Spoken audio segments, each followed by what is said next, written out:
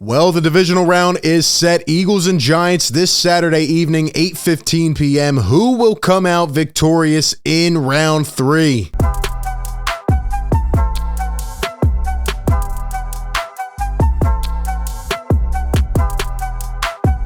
What is going on, everyone? Welcome on into A to Z Philly, your number one home for Eagles coverage. You know what to do. Hit that like button if you do enjoy this content, and subscribe by hitting that red button down below here on A to Z Philly's YouTube channel. That way you don't miss any of the upcoming coverage.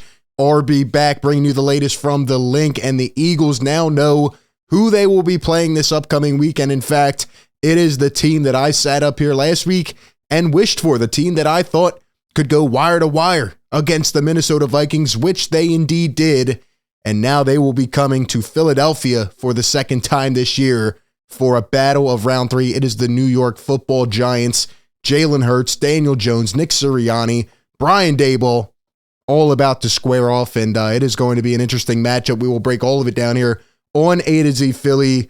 How about a little fun fact? Clete Blakeman will be the head official for this game this coming weekend for the divisional round, and the Eagles are actually 13-1 in games that he ends up officiating. So, hey, maybe the Eagles will have a little bit of an advantage on their side. You never know. And I just want to start it off by this, a little question to Eagles fans. If I sat up here at the beginning of the season and I told you that the Eagles, to get to the Super Bowl, would have to realistically go through Daniel Jones and Brock Purdy in the NFL playoffs, what would you have said to me? What would you have said to me? That is how crazy this NFL season, that is how crazy these NFL playoffs have been. There were a lot of close games, almost a few upsets with backup quarterbacks. It has been absurd. And, you know, the Giants will not be a tough out, especially with how they played yesterday. But right now, based off the fact that I think the Eagles match up well against this team, I'm feeling pretty confident.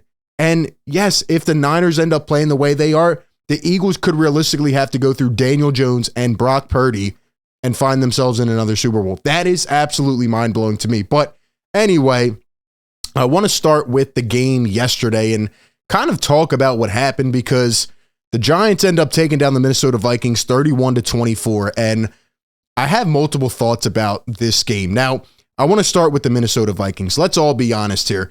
The Vikings, they are just not as good of a team as people thought they were. Some people were not fooled by it. I was not fooled by it personally. The Vikings went 13-4, but they were 11-0 this season in one-score games. I mean, by history, you know, you had to realize that that wasn't going to keep up the entire time, right? They go down, and it's a one-possession game. In fact, they shouldn't have even had the extended drive there on the last drive by Kirk Cousins, and you know, a kind of incorrect, I'll say, just a really bad call in terms of the roughing the passer that they've been throwing out there this year. I believe it was Dexter Lawrence. And, you know, the Vikings had another opportunity. They had another chance to get going with that game and tie it up, and they don't. And the reality of the matter is that the Vikings are just not as good as people thought they were. They put up 24 points in this game. It was very close. It was neck and neck. But all week leading up, people like myself knew that this was going to be a very close game. And the Giants, they played a pretty clean game, and they ended up taking it down. And you look at this game, Kirk Cousins went 31 for 39, 273 yards, 2 touchdowns, no interceptions. But this game was the exact epitome of the career of Kirk Cousins. And this is what I mean by that. He played a clean game. He played pretty well. But with the game on the line, on a 4th and 8, he decides to throw a 2-yard route, and the Vikings come up short, and then their season is over.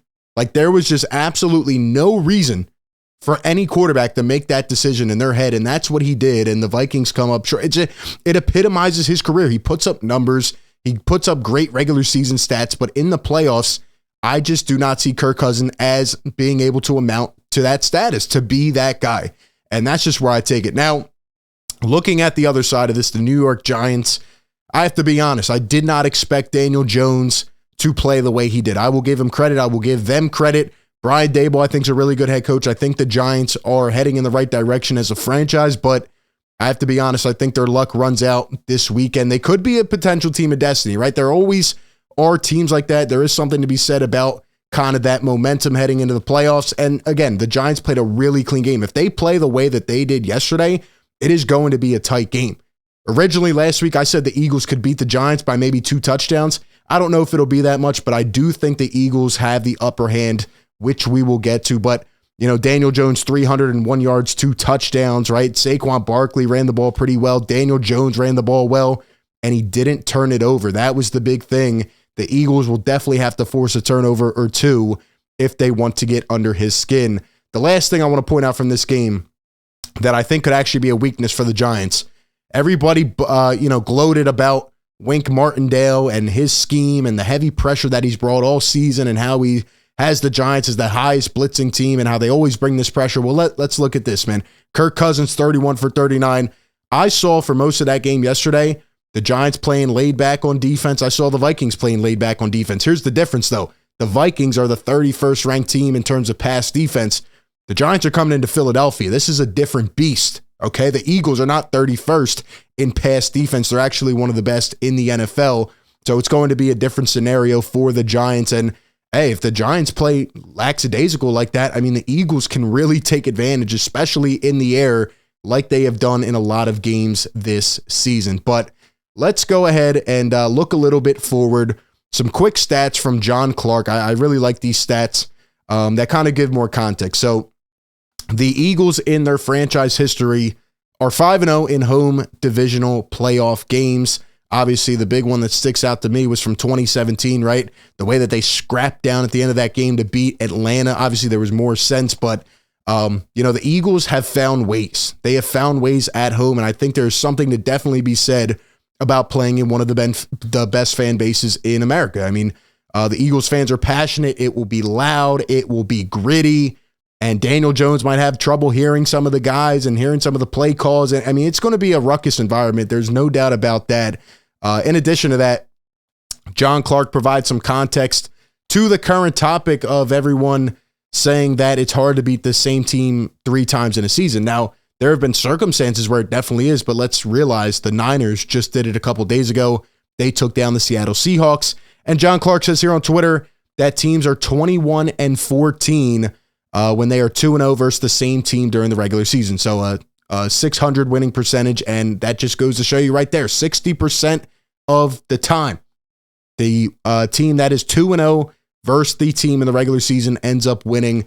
So actually the odds are in their favor. And yeah, I mean, it's interesting in terms of the context, but again, this is a different game. We can go back and look, which we will in a second, at the first matchup, because the second matchup honestly has no context in my opinion.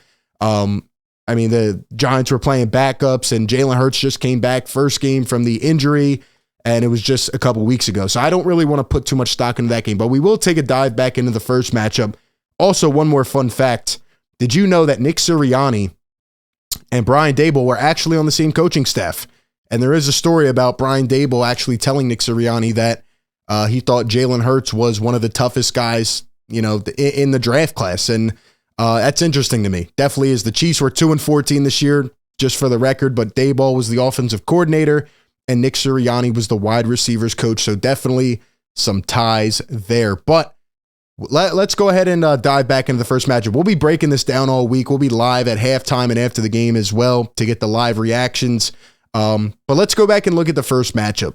The Eagles beat the New York Giants 48-22, and this was in MetLife Stadium, and the Giants were just ran off the field, and it got down to the fourth quarter. They had to put in a backup. They put in Tyrod Taylor, who actually ended up being their leading rusher with 40 yards. Saquon Barkley was nowhere to be found.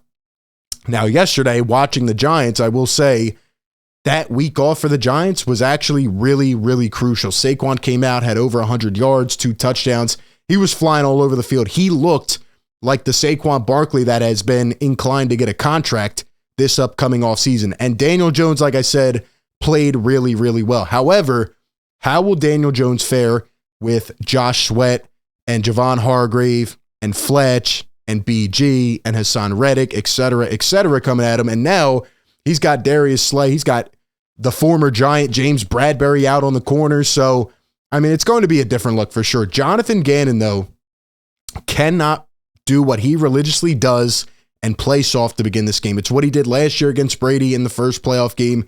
He cannot do it. It has been his MO.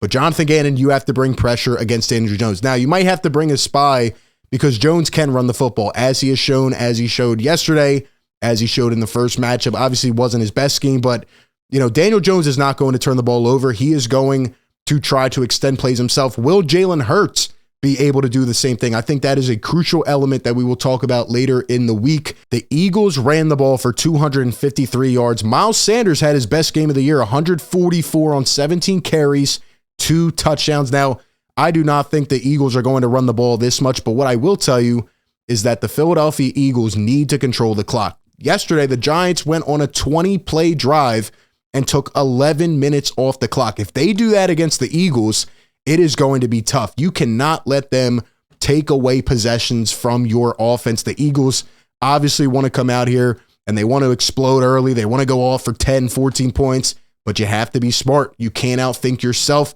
You can't go over the ledge.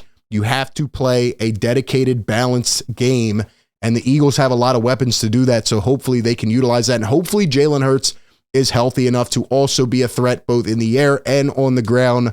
We'll see how that plays out. But just early impressions, I still think the Eagles, have the upper hand.